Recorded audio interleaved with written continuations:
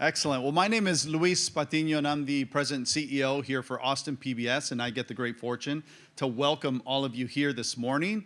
Who's a first-timer here at our Austin Media Center?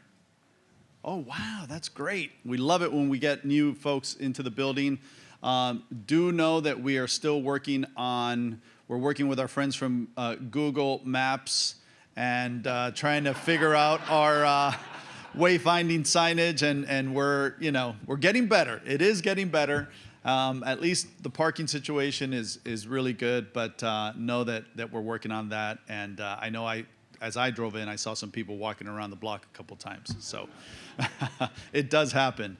But we're here today for a very special reason and with some very special partners. It was great to see out in our pre-function space all the folks that are members of Arrow. We were all together yesterday discussing many important topics for our city, one of which will be discussed at more length today. So to all my fellow Arrow members, welcome and good morning as well. A couple of key thank yous that I want to make. First and foremost to the folks from Austin Community Foundation and their CEO, Mike Nellis. Thank you. Always been a great partner. And then a huge and instrumental partner to Austin PBS specifically has been the St. David's Foundation. So thank you, Dr. Ed Berger and the St. David's Foundation, who've been instrumental in allowing Austin PBS to make the transition from Studio 6A and the communications building at the University of Texas here with our new partnership with the folks from Austin Community College and our new chancellor, who's been amazing partners as well. Austin PBS could not do what we do without the amazing community partners such as yourselves and folks like the St. David's Foundation. So thank you so much. And before I hand it over so that we can get the show on the road here, a little bit about Austin PBS. Just, we are really blessed to now have this location where we're hosting more and more events like this. Thought leader discussions, panel discussions, conferences. This Thursday, we actually have an amazing concert that's called the Indie Orchestra. Some of you may have heard about it. It's a partnership we have with KUTX, and this whole area will be filled with singers and, right? I mean, the whole area is going to be filled with musicians. The seating will go down and it'll be more of a concert atmosphere. So that's the beauty of this black space here, this black box, that we can use it in so many different ways. In fact, today I was told we're also recording this session, so it will be available for future viewing on the St. David's Foundation website as well as on the Austin Community Foundation website. So that's why we took a little bit longer to get ready, because it is being recorded as well. So a big year for Austin PBS and Austin City Limits, and this is what I'll leave you with. It is the 50th anniversary of Austin City Limits this year. So 2024 marks 50 seasons of Austin City Limits. We started back on October 17th of 1974 with the first pilot episode with Willie Nelson back at Studio 6A at UT. So this year, we just launched our first couple of tapings. Those of you that are in the know, you know who they are. And those of you that don't, you got to get in the know. But with that, I will pass it over to my dear friend here, Mike Nellis from the Austin Community Foundation. On behalf of Austin PBS and all the employees that make this place look spectacular and work spectacularly well, we thank you for being here.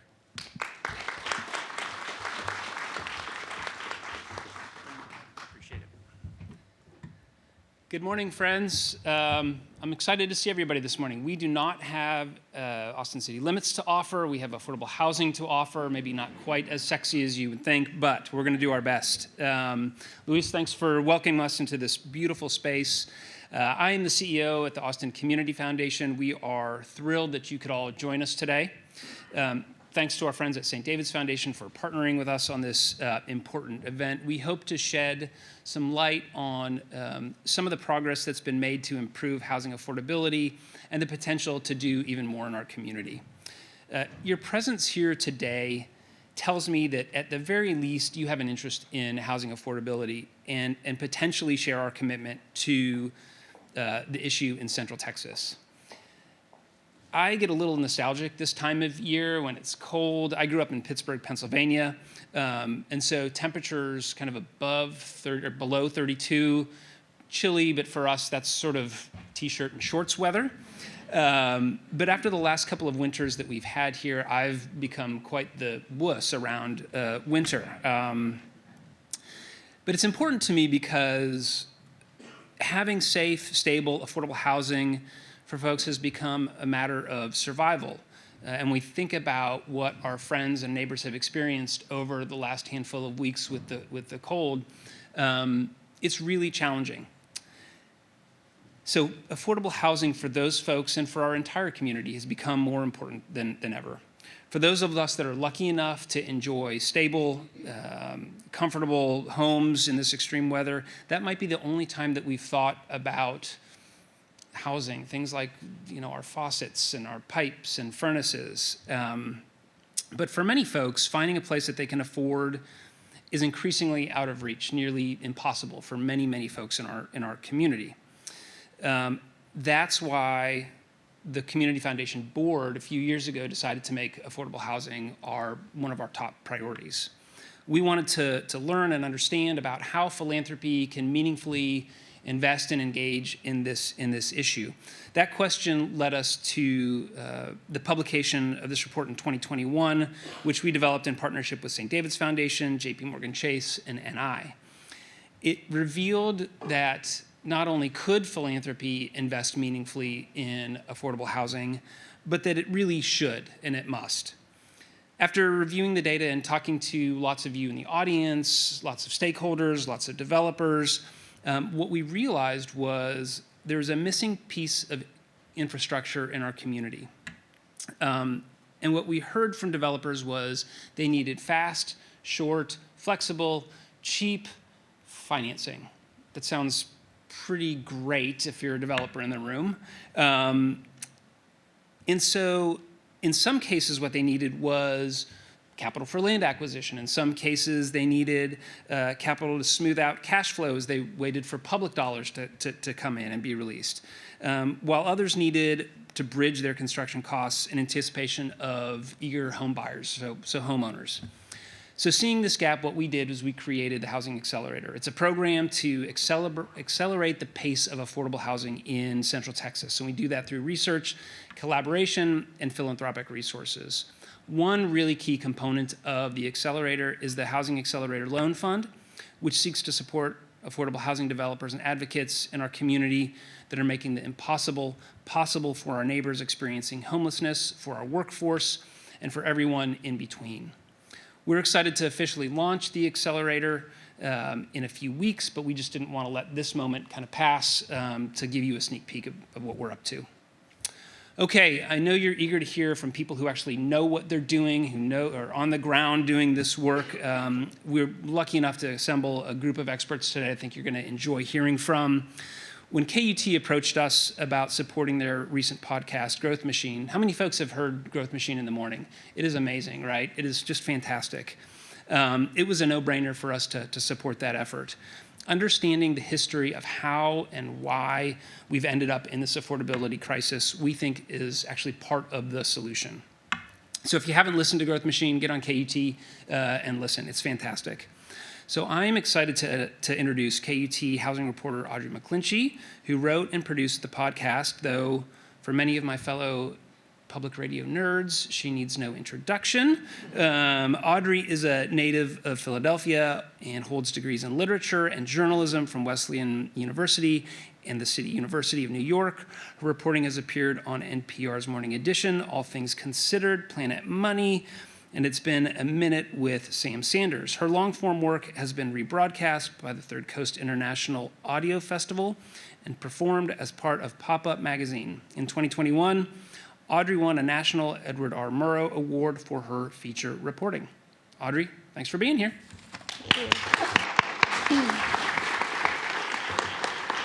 Thanks. Hi, thank you all for having me. I talk into a microphone every day, but doing it in front of people is extremely nerve-wracking, so thank you all for being here, and bear with me. All right, as Mike mentioned, my name's Audrey. I cover housing for KUT News, Austin's NPR station, and I feel so privileged and grateful to cover a topic that I think everyone in this city talks about, and frankly, I think so many of those people are worried about. As Mike mentioned, this summer, colleagues and I made a podcast about housing that was about so many other things, because housing is just, it's not simple, it's very complex. And we wanted to look at how Austin went from being this affordable college town to this very hard to afford techtropolis. And this podcast was born out of, frankly, just a frustration of mine. I started, as I was reporting on city government initially, and then specifically housing, I started noticing patterns across the city and wondering why they existed. Why is there so little affordable housing west of Mopac, for example?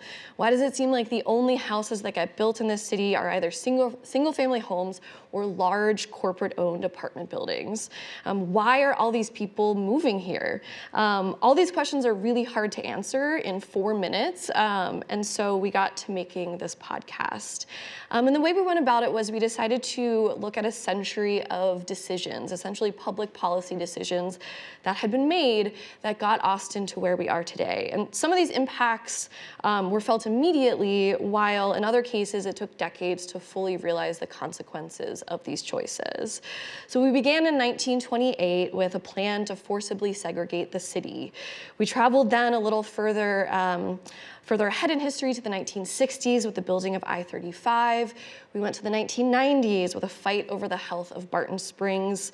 Back a bit to the 80s when Austin first began courting early tech companies, and then back to the 2010s with a battle over rules determining what can be built in the city. That's a lot. But the story really underpinning all of these episodes was growth, population growth. For decades, people have moved to Austin. The city's really good at attracting new people. It's not really good at building housing for everyone. So as Mike mentioned, we call this podcast Growth Machine, how Austin engineered its housing market. I gave you a little bit of the episodes there, but you can go listen to them wherever you get your podcasts.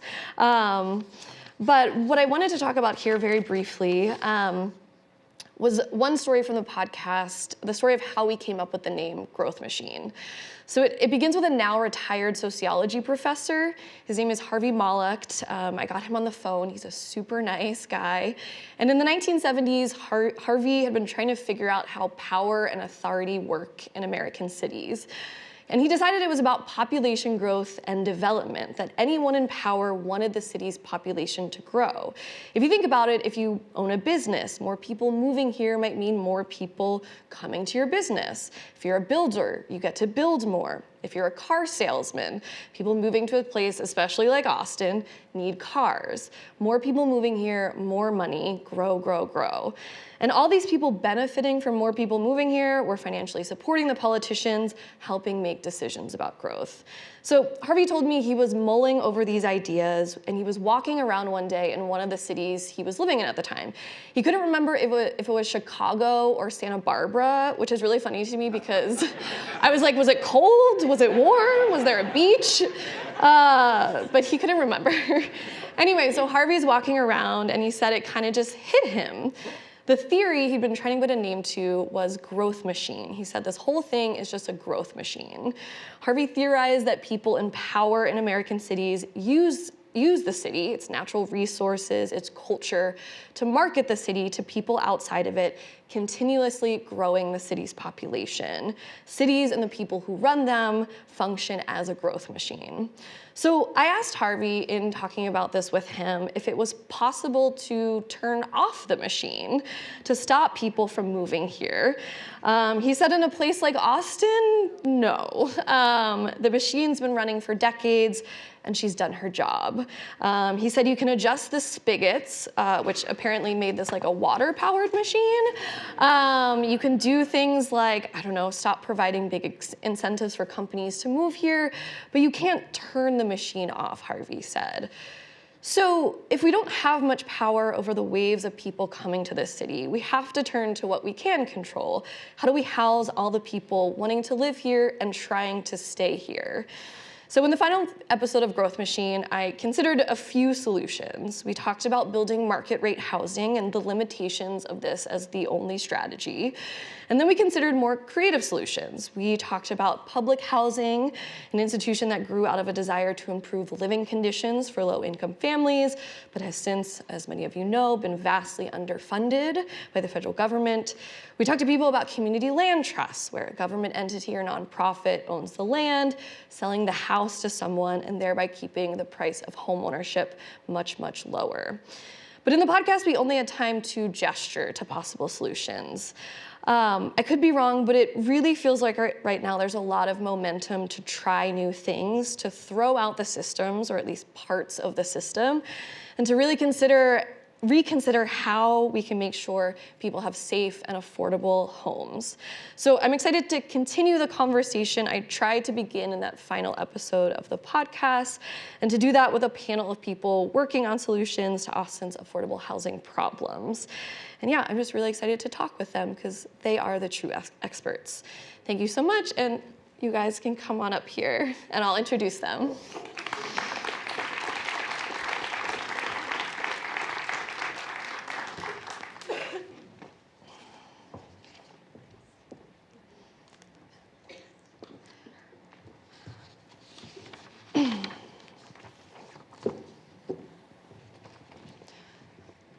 So with us this morning, we have Aveza Sar, Deputy Director of Housing Works Austin. We have Ashton Cumberbatch, President of Equidad ATX. We have Sally Gaskin, President of SGI Ventures. And we have Shoshana Krieger, Project Director of BASTA, Building and Strengthening Tenant Action. So I wanted to start with a question for everyone. Say you were handed a check for $100 million today for you and your organization to use to further your affordable housing efforts. What would you do with that money? Do you want me to get started? I guess I'll hit it off with, gosh, let's make it happen because I'll take it. But really, I feel like, I would think of dividing it almost into three buckets. I think there's three things I would want to focus on. One is a little more self-serving. So, Housing Works is a nonprofit that works on education, research, advocacy.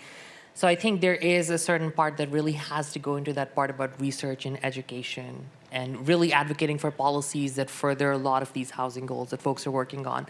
And it's sort of a large tranche of things.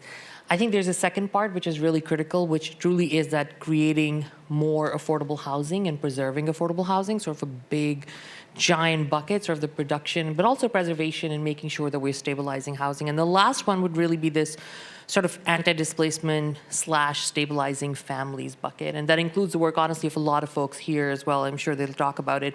It works everything from stabilizing tenants and making sure that they have a good quality of life, they're not being evicted, they're not being removed, and that we're supporting unhoused people as part of this conversation as well. But then also, how do we keep homeowners in their homes and stabilize them as well? So really, I pretty much did everything under the sun. But you can imagine, honestly, right, that really a lot of these things require a significant amount of resources to do that. And we have folks in our community who are doing it. Part of it is scaling a lot of that work. Anyone want to go next? $100 million. Wow, $100 million. That is my mic on? Oh, there you go. Yeah, just hold it closer. $100 million. What I have found as a developer for funding is, what the city is doing in Austin with the general obligation bond funding, the gap funding that they're utilizing that for affordable developments. Because there's always a gap between your available resources, either through the bond program and 4% tax credits or the 9% tax credit program that are your primary funders of affordable housing. There's still a gap. And, so that gap, $100 million would be a great assist.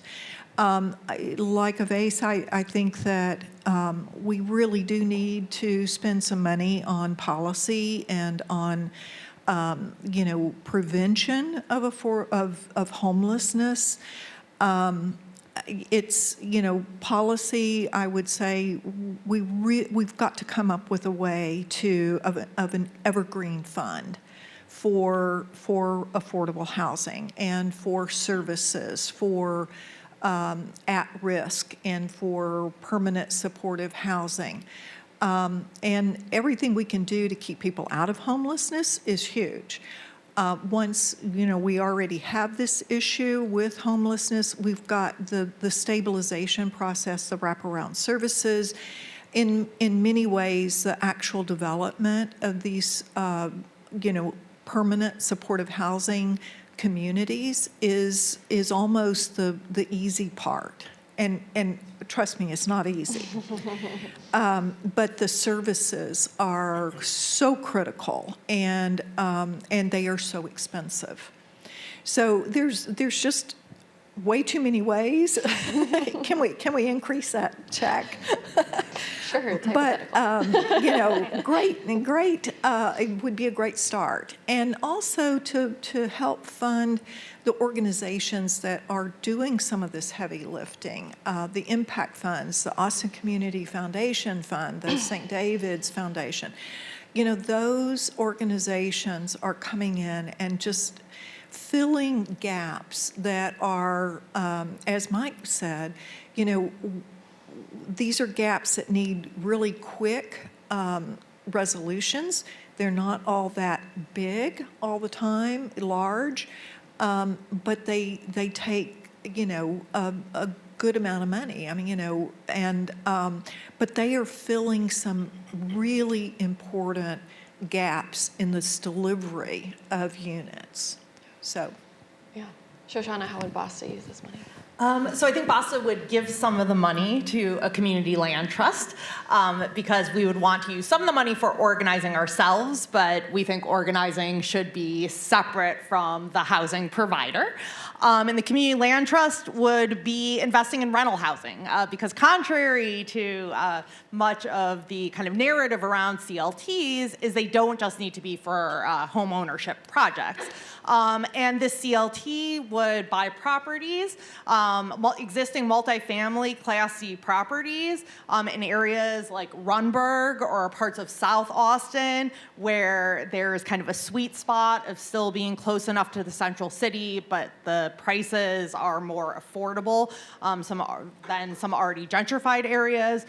Buy those properties, create a management company. A huge gap in our ecosystem right now is we don't have mission-based good management companies. So even if we have CLTs, we have community development corporations, if we don't have people who actually care about the tenants they live with managing the properties, then we have a gap. And we have some in-house management at some of our existing affordable housing providers who are doing a great job, but we don't have a management company which can contract with a whole bunch of small CDCs throughout the city.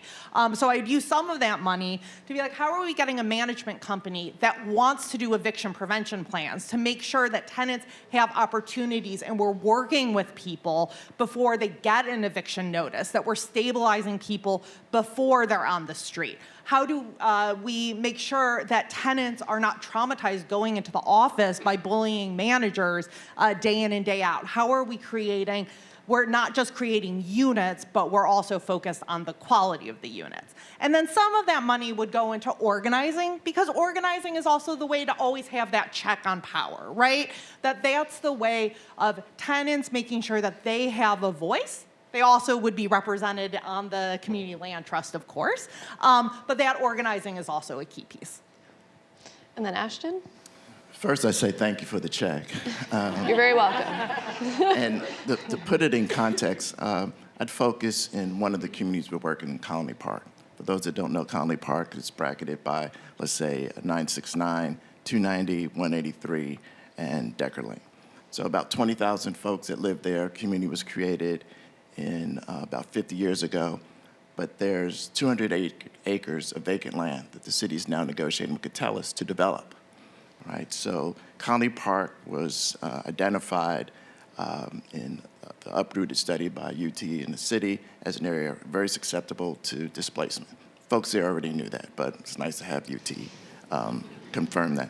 20,000 folks, 22% in poverty, about 60% Spanish-speaking, 22% Black. The pressure for displacement is strong, particularly with these 208 acres being developed there. So I would take that $100 million and divide it into at least 3 buckets. Co-creation, that is working with the residents, right, to create, let's say create. They've already created. They have a master plan already that they started working on in 2011. So work with them in co-creation and to help them implement that plan that has 8 holistic platforms to it: education, health, et cetera, right? Because building communities is not just about the structures, right? We need the amenities that go with it as well. So co-create a holistic plan and implement that plan. So money would go into that.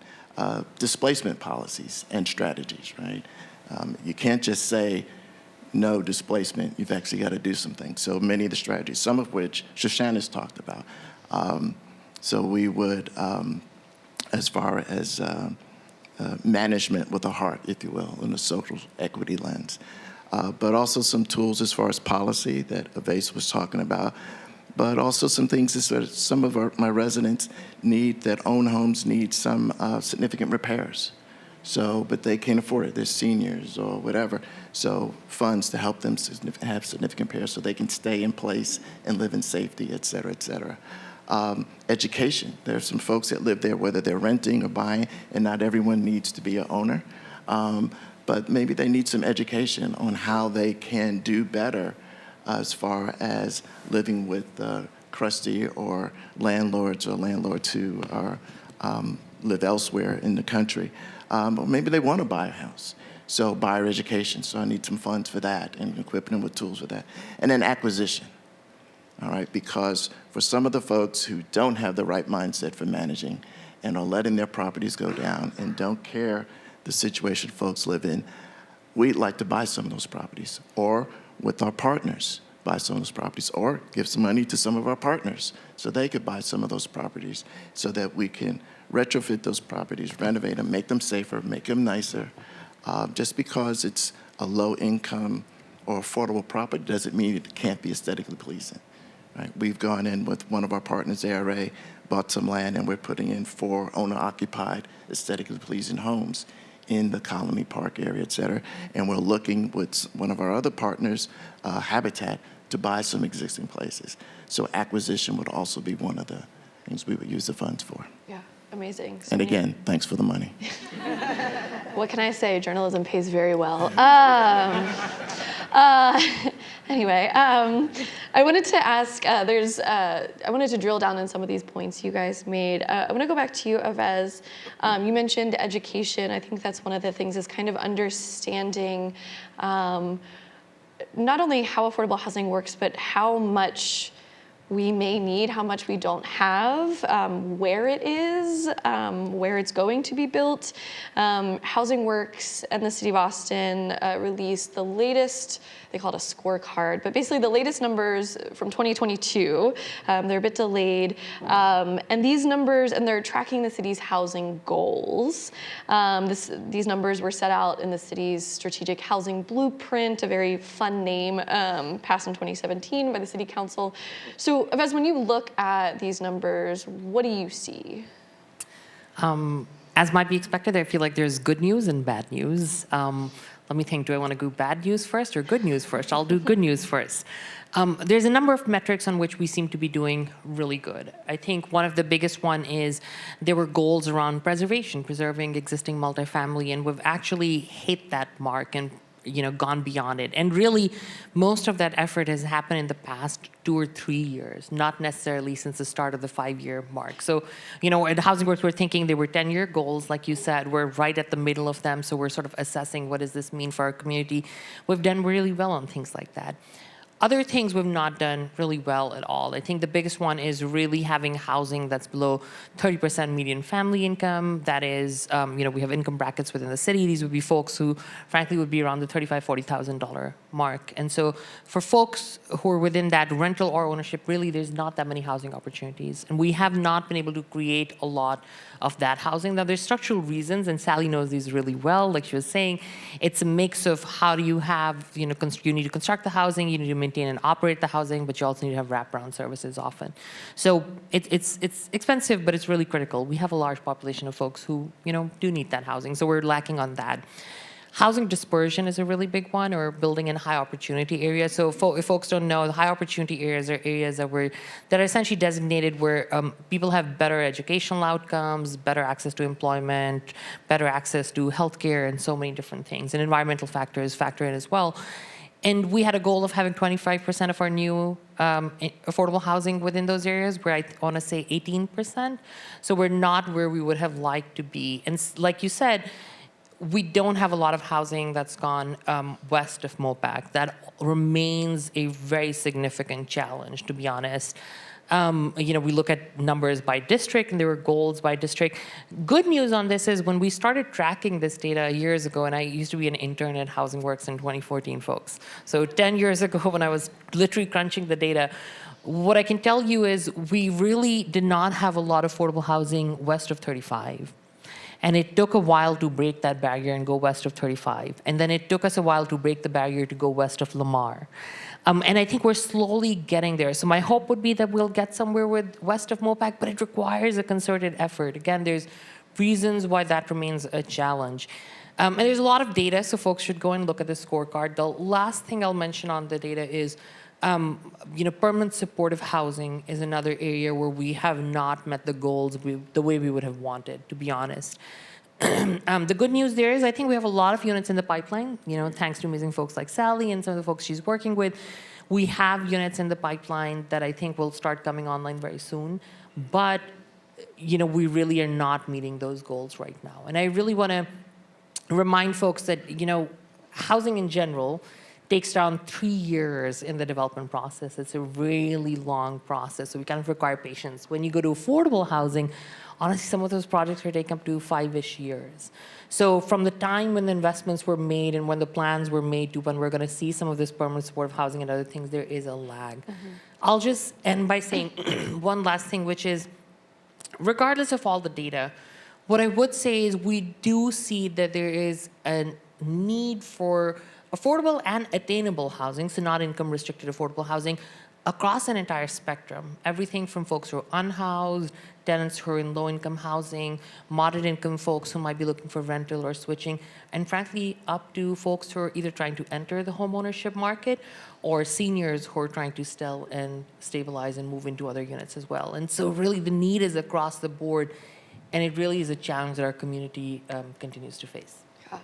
As you mentioned in those numbers, we saw that there's so few housing built affordable for people earning less than 30% MFI, which roughly translates, I actually looked it up recently, I think it's closer to 25 grand a year, but someone on this panel probably knows, so correct me if I'm wrong. And I often see that. I went to a press conference just last week about a new development opening, and the numbers are always 60% MFI, 60% MFI, 80% MFI. And folks may know our median family income in Austin has gone up incredibly. So those percentages are some of those are relatively high incomes. I mean, 80% MFI is close to $70,000 a year. And so, Sally, I wanted to ask you, you've worked on projects like Katie Lofts, which is permanent supportive housing. What does it take to fund housing that is reaching people who are really not earning those 60%, 80% MFI? I will tell you, it takes a lot. And it takes a lot of, in addition to our traditional tools for affordable housing, which the kind of the core of that is your low-income housing tax credits or bond financing. But primarily for deep targeting, income targeting, it's the 9% low-income housing tax credit program that brings in a significant portion of equity to the development, and then you've got to fill in from there. And I'll give you an example. For Katy Lofts. Katy Lofts is a $24 million project. We got from our tax credit equity provider about $13.5 million. That's when we sold the tax credits to an investor that then became a partner in the transaction. And they, pay an upfront discounted value for those credits because they take those credits over 10 years. And so we got, out of the 24 million, we got 13 and probably just under 14 million. And then the city of Austin has, the general obligation bond funding that's phenomenal. It's huge for filling some pretty major gaps. And that's a rental housing development assistance loan program. So it's at very low, below market interest rate. It's for a permanent supportive housing development, and even in traditional affordable, it's typically soft pay, meaning it's cash flow dependent. So that's huge. In a permanent supportive housing development, you can't have permanent debt. You can't have hard pay debt because the services, for Katy Lofts, our 100 units are all dedicated to formerly chronically homeless. So we are getting referrals for every unit through the local COC, which is ECHO, their coordinated entry system. They refer, we're not going out and marketing Katy Lofts. We're getting referrals from this system for folks that have been identified in Austin as chronically homeless. And that means they've been unhoused for a year or more, and the majority have been unhoused for quite a bit longer than a year. I think in some cases 5 to even 10 years. And they have one or more disabilities. So they do not have income. Hopefully they'll have some benefits that we can help them to apply for and start getting on a regular basis, but they're not going to have income for rent. So we have, in addition, project-based rental assistance vouchers, 75 through the Housing Authority, HACA, and 25 through a program that the city started a couple of years ago, and they call their vouchers local housing vouchers, but they are project-based rental assistance vouchers. So we have the rental assistance vouchers, we've got the RHDA soft funding, we've got a grant from TSHAC, Texas State Affordable Housing Corporation. We have a grant that will come into the property from Federal Home Loan Bank. We've got assistance from, we have deferred developer fee, the fallback for all projects, whether it's permanent supportive or just traditional affordable. And then we have some amazing assistance from organizations like Austin Community Foundation, where we had some gaps. In fact, we were the pilot for their acquisition loan product, and it made a huge difference because we had to purchase this property a year before we were able to get our permits completed, our equity stack and financing stack all in place, partnership agreements done. That took a year, and our seller had already waited a year from the time that we actually contracted for the land to when we closed on the land. After we got our award of tax credits, we knew we had the path forward, and our seller stood still until we got that, but that was almost a year that the seller had waited. They were not going to wait another year. In a seller's market, that just wasn't going to happen. So, the Accelerator Fund started this pilot, and it was huge. It saved the development significant dollars in terms of interest carry that, wasn't going to do anything for the actual development. It was just the holding costs. So that was huge. And then they've also came in when on our construction loan, because we had a gap between some of our home ARP funding. We got about $1.1 million through TDHCA's home ARP loan, but we still haven't been funded on that. So, the Accelerator Fund has helped to bridge the gap on timing for other sources of income. We got awarded a Federal Home Loan Bank grant that we are still working through the process of getting those funds released. But, it takes all of these funding cycles have timelines that don't always, and rarely actually, coincide with the development timeline. So, it just takes, for Katie Lofts, we have like 7 different layers of financing. And that's on the permanent side. On the construction side, it's, about that many as well, different sources of financing on the construction side. So it's not for the faint of heart. And but then the other challenge, of course, are the services, because the services are to do the wraparound services for permanent supportive housing. We've got a budget of over $1 million a year. And for Katie Lofts, we were extraordinarily fortunate that our service provider, which is Family Endeavors out of San Antonio, they submitted an application through ECHO to a HUD special NOFO and have funding for it for the initial 3-year period. I mean, the initial contract is for 3 years. We are keeping our fingers crossed that it's going to be a year-over-year renewal after that, but they are providing the services, the funding for those services of about $1.2 million a year for the first 3 years. I think St. David's was really involved in that application as well.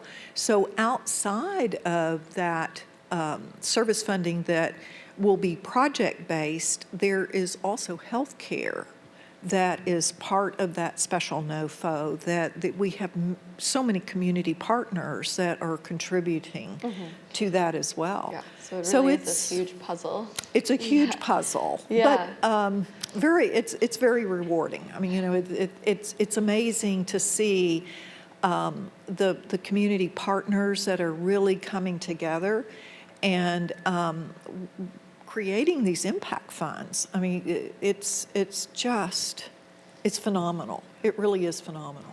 So we've talked a lot about building new housing, what we're building, where we're building it, what it takes to build affordable housing.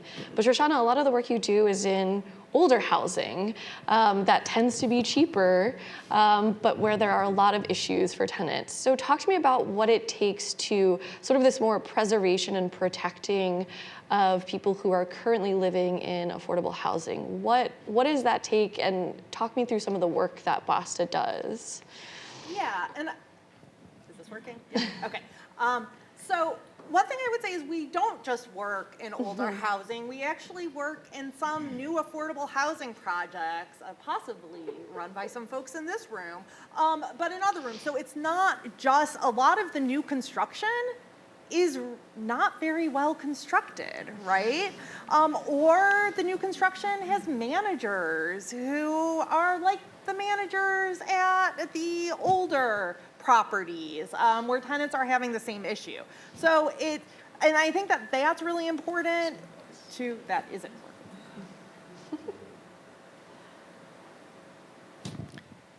working. Oh, what about this? Oh, there you go. Or is that, okay.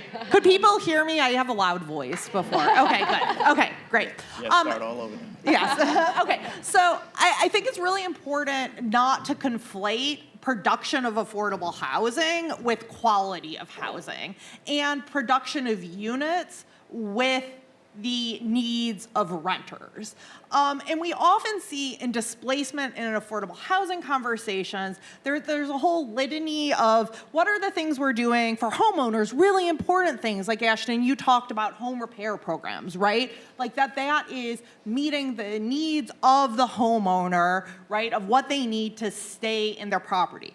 But when we talk about homeowner displacement, we don't say, oh, the answer to homeowner displacement is we build a bunch of homes somewhere else and then ship them there. But when we talk about rental housing and being like, this meets renter needs, we just talk about production of units.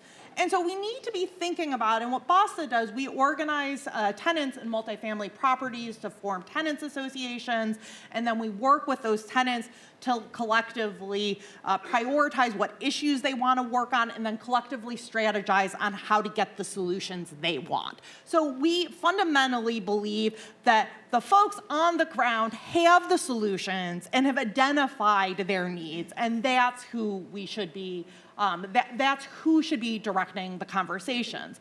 And when you talk to tenants about their needs related to affordability, we have, as Sally, you were talking about, right, this gap between that our income, our MFI of 30% or 60% doesn't actually meet people's affordability needs. We have folks at senior properties we organize in who are on fixed incomes, and their incomes are going like this, and our MFI is going like that.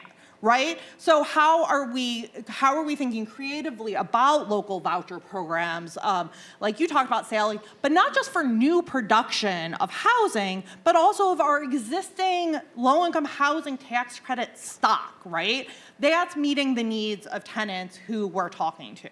Another campaign which we're working on right now at a few properties is about fines and fees. We are seeing just in the last probably 5 years, more and more fees being tacked on, the decoupling of utilities, and then one property we're at has 3 different trash fees. We have the regular trash fee, which is like $8. Then we have the trash administrative fee, which is like $5. Then we have the valet trash service, which is $25, which doesn't even come around, and cats are getting into people's trash, and it's a big problem. That same property, they charge a mandatory $85 for cable and internet. And this is a property receiving tax exemption for low-income housing, but they're not calculating any of these fees into what the rent is. So we really need to be thinking, if we're talking about an affordable rent, are we making sure utilities are included? Are we making sure fees are included? And that tenants know when fees are optional. We're working at one tax credit property where technically cable is optional, but none of the tenants know that, and it's really hard to opt out. So effectively, even though that should be included in the rent amount, it's not, or in the income limits, it's not, right? That's meeting tenants where they're at and being like, what are, what are your needs? And I think that. You might have lost it. That's, Went out again. It went out again, yeah. Oh, no. And when we think about renters, I mean, we're a majority renter city, right? Where I think most people in this room know that we're majority renter, where 55% of Austinites are renters. But white Austinites are only 48% renters. And then when we look at Latina Austinites, there's 65% of Latina households are renters, and then of Black households, 72% are renters, right? And those disparities, we all know in this room and from Growth Machine, right? Like, that's no accident. And so when we're thinking about our policy solutions, if we care about equity, if we care about the folks who are the most vulnerable in our community, where we're in Texas with some of the worst tenant protections in the country, we need to be investing in renters. And oftentimes, I think as policymakers, not intentionally, but make decisions which ignore renters. So like one example recently was the fire department came to our office and was, teaching us how to use fire extinguishers and all such good things. And they were talking about how you can call them and they will put a smoke detector in every room of your house. And so I asked, okay, well, what about if you're a renter in your apartment? Will you come out? And they were like, oh, no, that's what the landlord's supposed to do.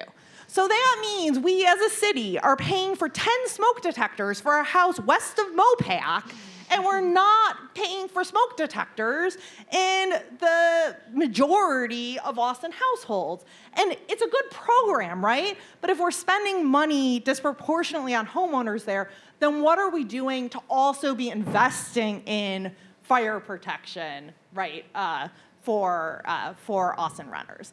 The last thing I'll say is just in terms of the vulnerability of tenants is just where displacement happens for tenants. I mean, it happens throughout the city, but we also see this with our current land development code and where rezonings are occurring, right? Because rezonings occur on the corridors because, as Audrey, you and Growth Machine talked about, our zoning is no accident. Where we have our single family, we put all multifamily on the corridors, and then where do we say growth should be? Oh, growth should be on the corridors.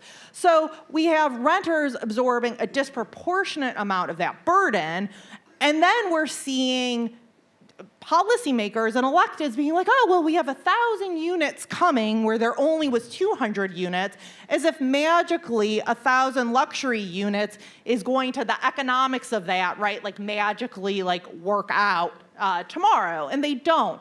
And so I think thinking about how do we make sure if there's 256 units where the current rents are at 80% MFI, how do we make sure that any new complex has 256 units at 80% AMI? How are we thinking creatively about, and those tenants have a right to return, right? How are we thinking creatively about making sure that it's not renters who are pushed out and that renters don't feel like second-class citizens in Austin? Because then one final thing, since I have my soapbox, is that oftentimes in policy documents, what I've noticed in sections about homeowners, they use the term Austinite and homeowner interchangeably.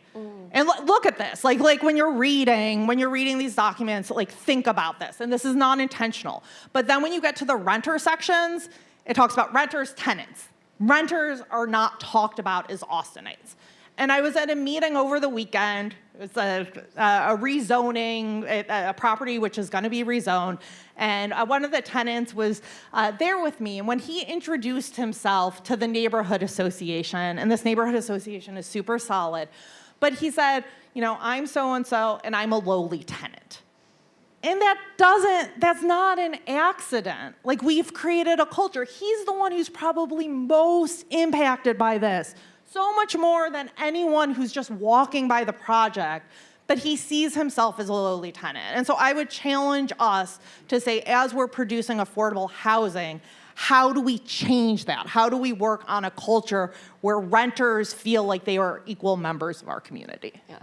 It reminds me of when I first started covering city council, and I noticed that so many people would come up when they were going to testify and identify as a homeowner. Yeah. And I was like, oh, I didn't realize this was a badge to wear. And yeah, it took me aback a bit. I want to make sure we're okay on time. Okay, cool. We'll wrap it up quickly, but we are running a little over. Ashton, I want to get to you, though. Shoshana spoke about really working with communities who are already living in that case, rental housing, but just certain parts of Austin. And I wanted to get to the work that your organization has been doing with Colony Park.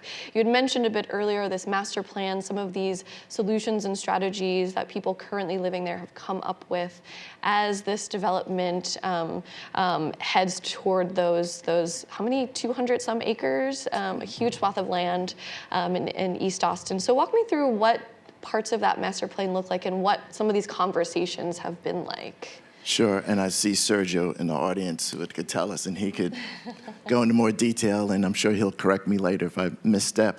But I just want to back up one second, and Shoshana talked about one thing, and I mentioned earlier, co-creation, just talked about the importance of that.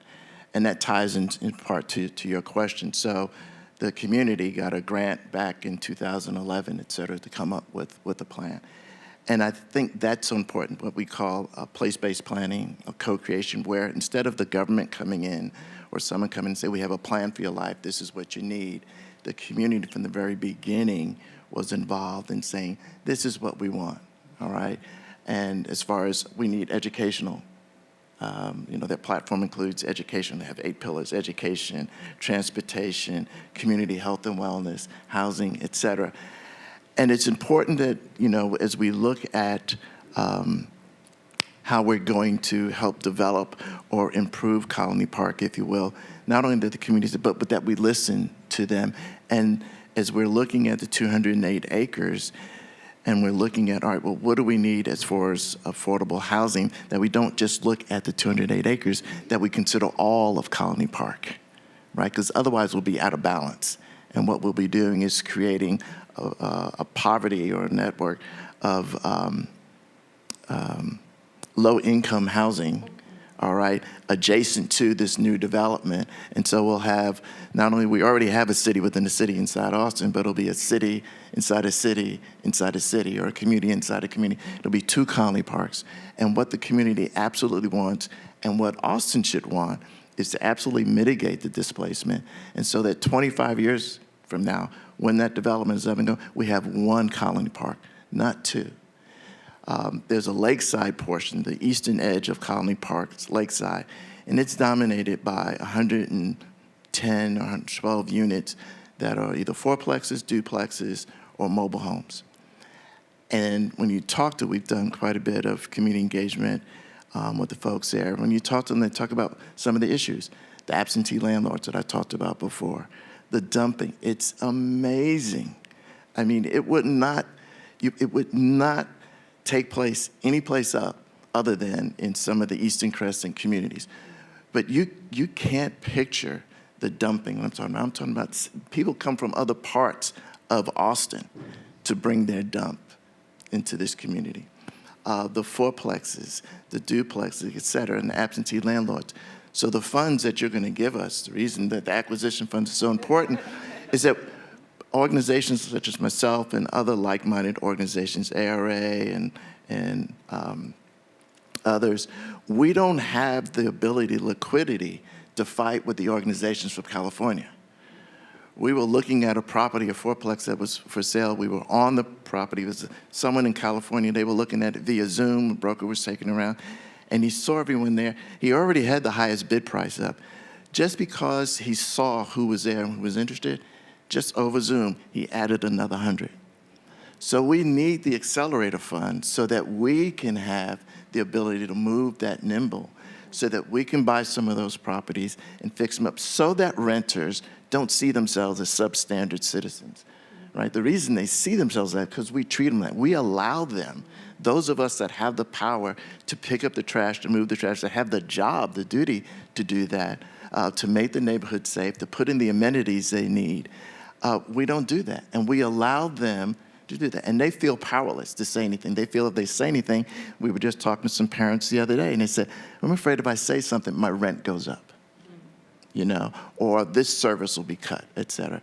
So that's why, again, the funds are important, so we can do the co-creation, so we can let them know what tools, and we can fight with them, and we can be their voice, all right, to make sure that it doesn't take place, that the mitigation of displacement doesn't just become a term, but it becomes an actuality.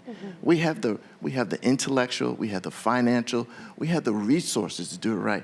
Colony Park is a great, I don't want to say laboratory, but it's a great opportunity we have, because it's unlike Miller, where you had 800 acres and nobody was there. This is an existing neighborhood, been around 50 years. Talk about broken promises. The city, and I'm not trying to pick on the city, but it's a fact. A pool will open up early this summer. That pool was promised to the residents when they first moved into Colony Park 50 years ago. So my grandchildren will be swimming in the pool that you told me I would have an opportunity to swim in. All right? There is no library east of 183, right? Central Health is putting in, they purchased about three of the 208 acres, so we can accelerate the creation of a Northeast Health and Wellness Center there in Conley Park. And the city has listened to the community, and so the library will have space in there, right? Because what we're trying to do is to have a holistic approach. It's not just about the houses. It's not just about the rental units. It's about all the other amenities. There's no coffee shop in Conley Park, all right? One of our partners is putting one in. Thanks to our request, it should open up later. Many of the things that we take for granted in other parts of town aren't there. So it's that holistic approach, and that's one of the things we're trying to do. We're using existing facilities. So the Turner Roberts Rec Center, we're using that. One of the programs we just started in October was with the Thinkery. So they're coming in 6 times a year and bring in STEAM, that's science, technology, engineering, arts, and music. STEAM, parent and child activities, and it's going great. And we're doing it there in the community. Avance, we've had them for 4 semesters. Their parent education program, their entrepreneurship program. We brought ACC into the Turner Roberts Rec Center. We just had a graduation of HVAC certificate class in October, 14 folks. That's great, because one of the things we want to do is, one of the tools we want to give folks is the ability to earn income so they can have some options, et cetera. You get an HVAC certificate, average salary is $54,000 in the community. So we're bringing holistic services now into the community space. We're not waiting for brick and mortar to be built. Let's use whatever's there, and maybe some of those services will go into the existing or to the buildings that will be built on the 208 acres. But we're trying to let the folks know you matter now, as opposed to once the 208 acres comes, the amenities come in, and folks say, we've been asking for those things for 50 years, and now the new folks come in, they get it, and now we're pushed out. Yeah. Well, Ashton, you gave us a lot to look forward to. In my last very brief question, I wanted to just kind of leave people with action items. So a listener actually emailed me yesterday and told me that a lot of my housing stories are downers and that I'm a doomsday reporter. And I was like, that's actually a cool title. I'm gonna doomsday reporter. But no, but it can often feel like that, right? I often feel like a lot of conversations about housing and the lack of affordable housing the problem can feel very insurmountable. So what are some basic things that if folks in the audience, I mean, these people are clued in, but maybe folks watching, can do? What's maybe 1 or 2 action items that they can do to get involved? Gosh, you're looking at me. I guess I'll get us started.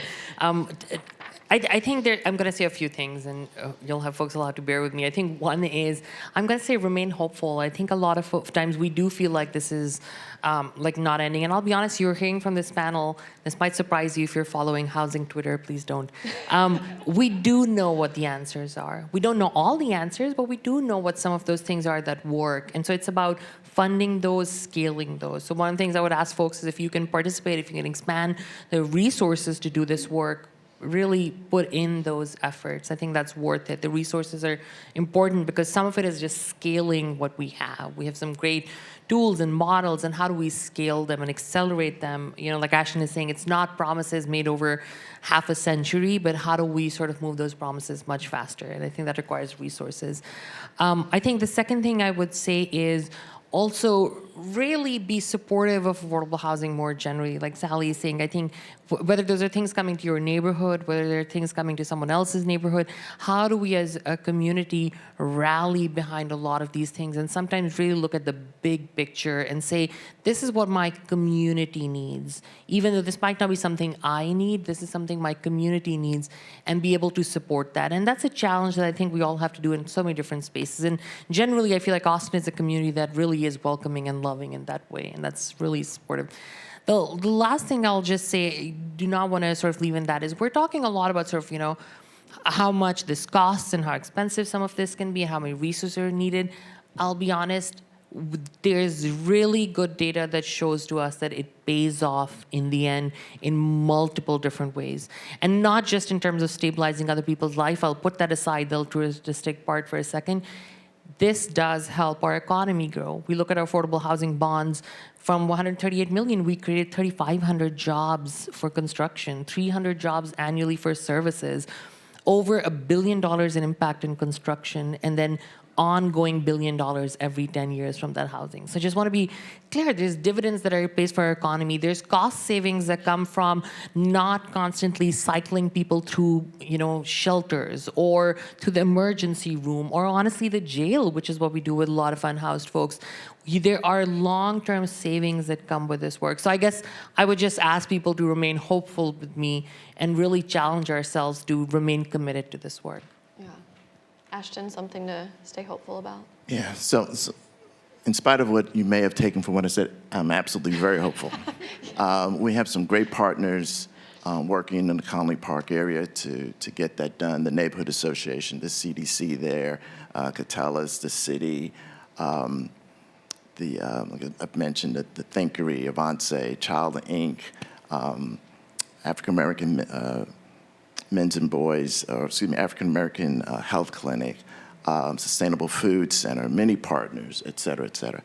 And so it reminds me that, we're really big on collaboration, right? We can't do this alone. And as Ave said, it's better for the city, well, not the entity, but everybody that lives here, if it works. If we get the housing done right, if we get the proportions right, all types of homes, all parts of town, it's very helpful, right? Folks who work in retail or first responders, if they want to live in Hayes County, that's fine. But for those who want to live in Austin because they work in Austin, et cetera, they ought to have that opportunity. So we need to get that balance right.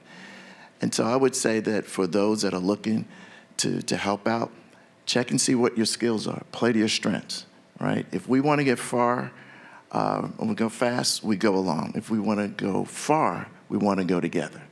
And so I'd say plug in to, whether it's on the advocacy side or on the resource side or whatever, where your strengths are, so you can get on board. It's all hands on deck, and let's go far together. Sally? I'm with Avase and Ashton. I think it is hopeful. I mean, I'm hopeful. I'm actually very energized by the opportunities.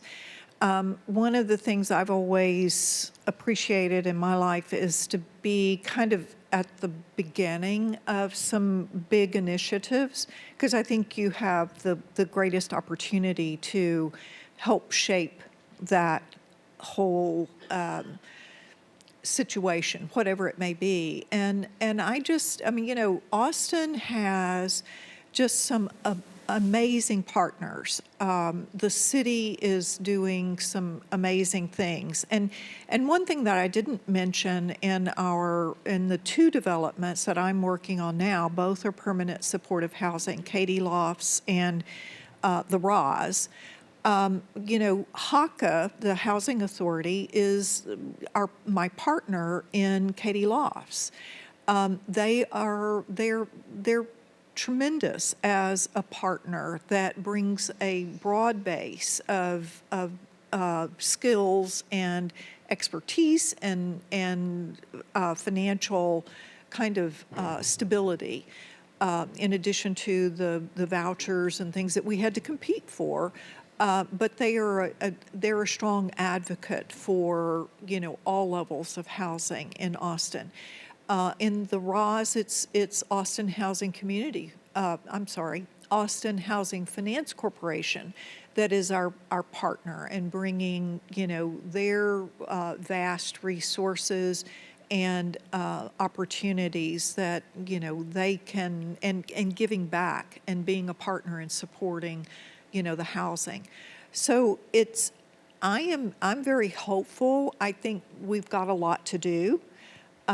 We've got a lot of opportunities to do it. I think that the resources are out there, but we've got, we just have to build the policy around it. We have to build the coalitions.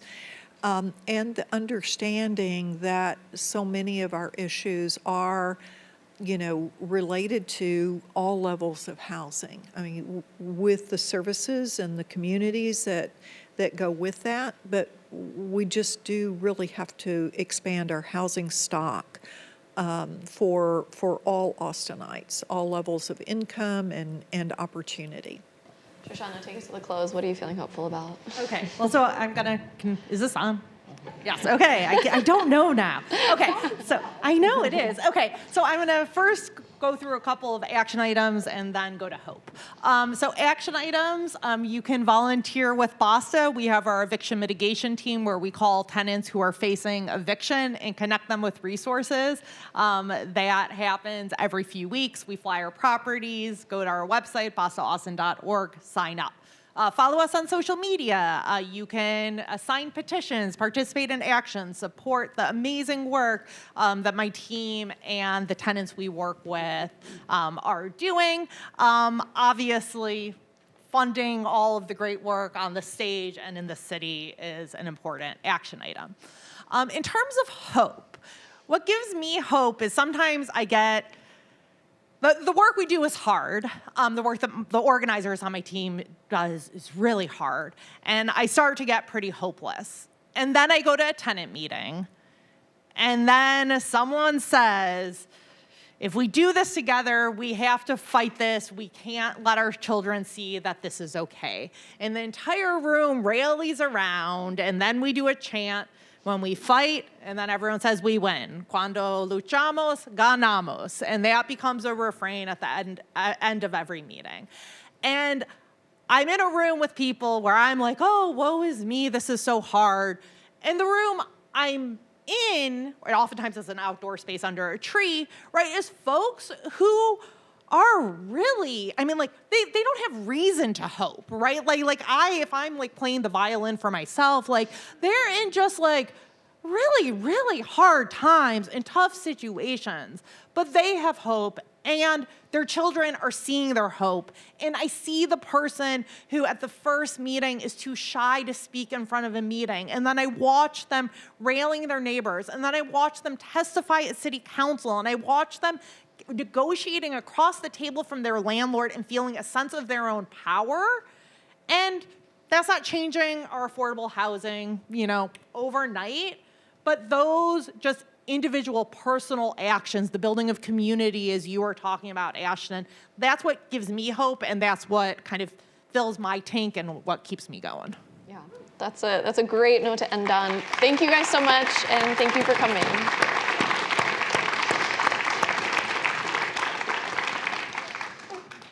I want to thank the panel for a really meaningful conversation. I took a ton of notes here just to share some of the things that I found interesting and thought-provoking, thinking about stabilizing family as an issue in terms of anti-displacement, filling gaps as a kind of fundamental need, supporting traumatized tenants, and thinking about the quality of affordable housing, not just the amount of affordable housing, housing education, and the perception that renters have of being substandard citizens, and of course the need across the housing spectrum.